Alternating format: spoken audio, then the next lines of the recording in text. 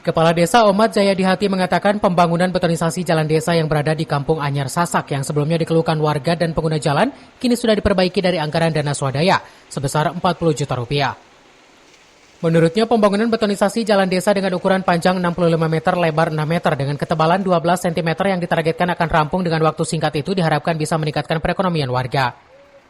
Ketua BPD Desa Tegal Daman Huri mengapresiasi pembangunan jalan desa yang dibangun dari anggaran dana swadaya mendapat respon positif karena pembangunan tersebut telah melibatkan dari unsur masyarakat dan lembaga dengan menjalin komunikasi yang baik.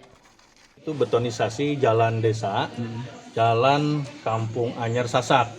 Nah, kebetulan ada titik yang rusak, kemudian kerap kali dikeluhkan oleh warga para pengguna jalan pada saat hujan, genangan-genangan air.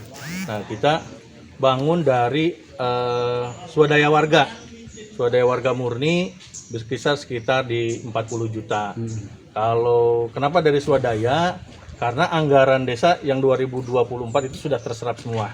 2025-nya belum cair, tapi warga kan harus terlayani nih, harus terlayani segera. Jadi kami swadaya dengan warga. Ya, kegiatan ini karena ini salah satu kegiatan yang betul-betul melibatkan dari unsur masyarakat dan lembaga, semua lembaga. Berarti di sini komunikasi antara pemerintah dan masyarakat ini sangat berjalan bagus. Sebelumnya Jalan Kampung Anyar Sasak yang menghubungkan dua wilayah menuju perumahan Komplek Telaga Kahuripan dan Desa Jampang banyak dikeluhkan warga karena sering rusak meskipun diperbaiki dengan tambal sulam. Akhirnya jalan tersebut dibeton dari dana swadaya dengan kualitas yang baik dan tahan lama. Dari Kemang, Kabupaten Bogor, Suhanda Abriji melaporkan.